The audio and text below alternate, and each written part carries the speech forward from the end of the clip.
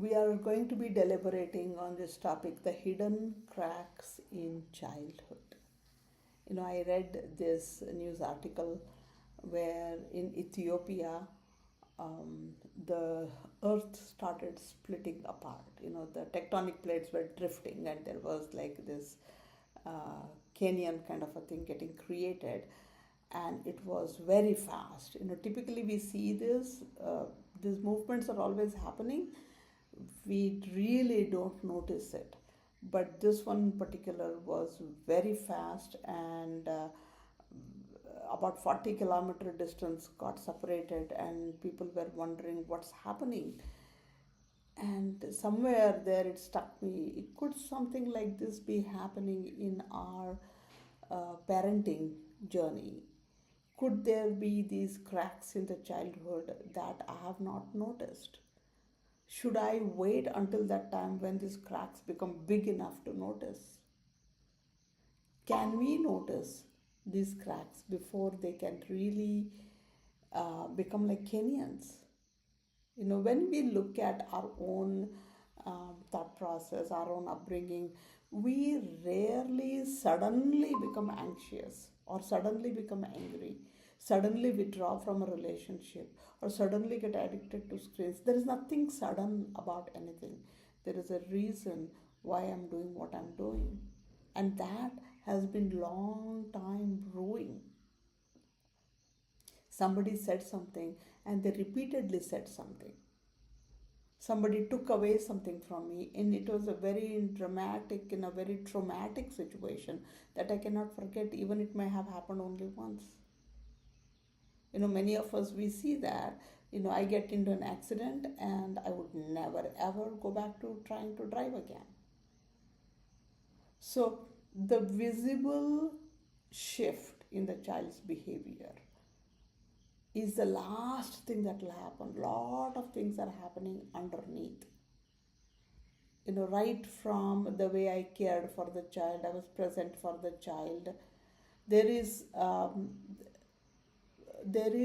a slow shift that is taking me away from my child. That's creating that distance. Maybe a hug I did not give my child when they needed it.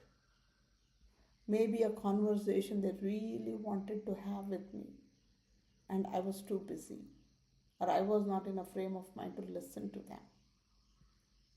Maybe the children cried before me, and I said, don't be a crybaby now. You always cry for this. I dismissed their tears, right? Something very subtle, very small. At that moment, on that particular day, it may have seemed insignificant. But for a child, that was an important connecting moment.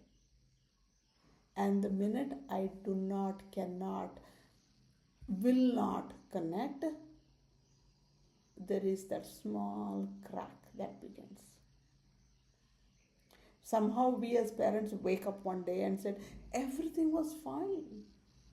I had a cousin who lost her son. He committed suicide. He was in some sort of a group or a gang that was not doing the right things. And he hung himself one day. And she's like, he seemed fine. He ate lunch with us yesterday. He was laughing and talking. But then did you notice the days when he came home late? When he just left home and never informed anybody? In fact, he had gone missing for one day some 5-6 months earlier. Did you question what happened? Right? So it just has to be something like that for me to be dramatic, for me to notice it. Do I really want to wait till that day?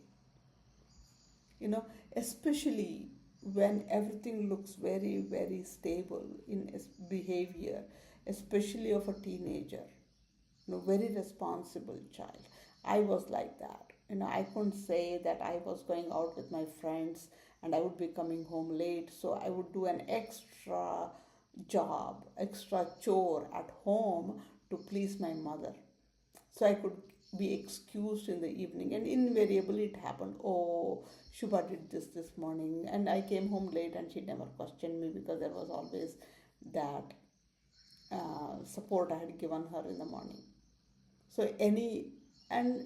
it's not that, there was a crack happening in me too, and it kind of blurted out at some point. For me, it came out as a migraine. And then, again, nobody questions the migraine. I'm taken to the hospital, I'm given the pills. But some of us may be high achievers. I will not take no for a reason, no for anything. I will go achieve and prove it to you underneath what is happening. Of course, high achieving is not a problem.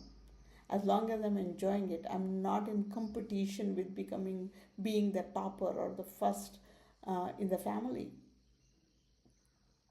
And there could also be quiet children. They won't speak anything. They are the best children. They won't. I have another cousin like that. She was very comforting, very adjusting. Everywhere. She got married. She was supremely, and now she's depressed. She's like, she cannot let go. She cannot decide.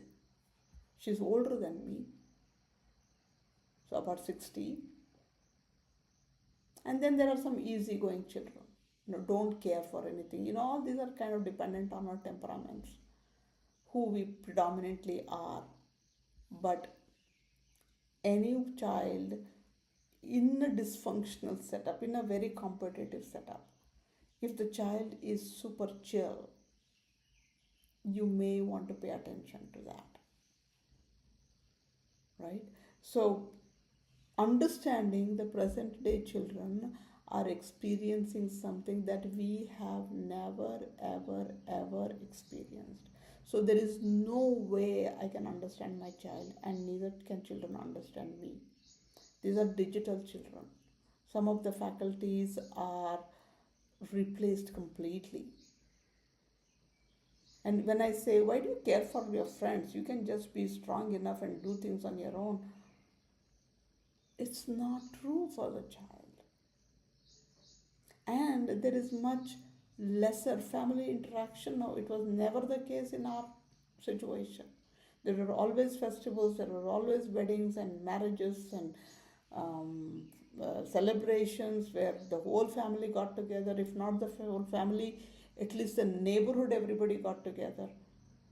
I remember we lived in a house where there was a door connecting the two houses. It was one big house. It was partitioned, and there was a door. So Diwali, the door opened up. We children were running from this house to that house, eating wherever, whatever. That's not there anymore.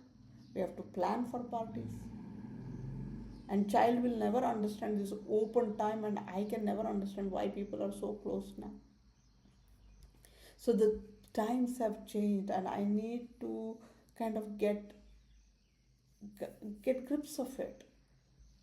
And there are more of these cracks happening, be it at home, be it in the school, be it in the expectation. We do not want to wait until that crack finally becomes visible, which could be a sudden aggression, anxiety attacks, panic attacks, emotional outbursts. They do not want to cooperate. School, they avoid schools. Or worst, they could withdraw from the family. I mean, these days, foreign travel, foreign education is excellent. I have known people where they just want to go and never come back home. They want to go not because they might be supremely interested in higher studies, but the greater motivation is, I want to be away from my family. So, when there are such emotional outbursts, we look at fixing the superficial problem. If there's crack in the earth, I want to pour the cement down and close that gap. Will it? Because it's the shift is happening deep down the core of the earth. So I need to look at what are these forces that are pulling my child apart. what is happening in my child. Somewhere I need to begin with my own stories to tell them, for them to be able to tell theirs. Because these relationships that I'm trying to build is not one nice evening I have, one good celebration, one here and one there. No. It is those tiny, thousands of tiny moments in a day before your child becomes an adolescent. First 10 to 12 years. That's going to build a long lasting relationship for me. Every shared meal I can have, every bedtime story, uh, stories at the dinner table, every walk that we go out together, every time we just truly listen. These are the moments that are bridging, creating that web over these cracks. So, though there are cracks, I can cross over it. I can come back to somebody when I am in crisis for the child. So, the child's inner being is shaped every single day, every single moment. And I need to be paying attention to those moments, those tiny shifts that are happening with every interaction. When a child loved the breakfast I made this morning, understand what made him love it. And they did not like it, understand why. Right? It's not that I need to be perfect, I need to be present. Present to see these tiny shifts and one leading to another. Be able to connect those dots, put the pieces of the puzzle together to understand this unfolding child.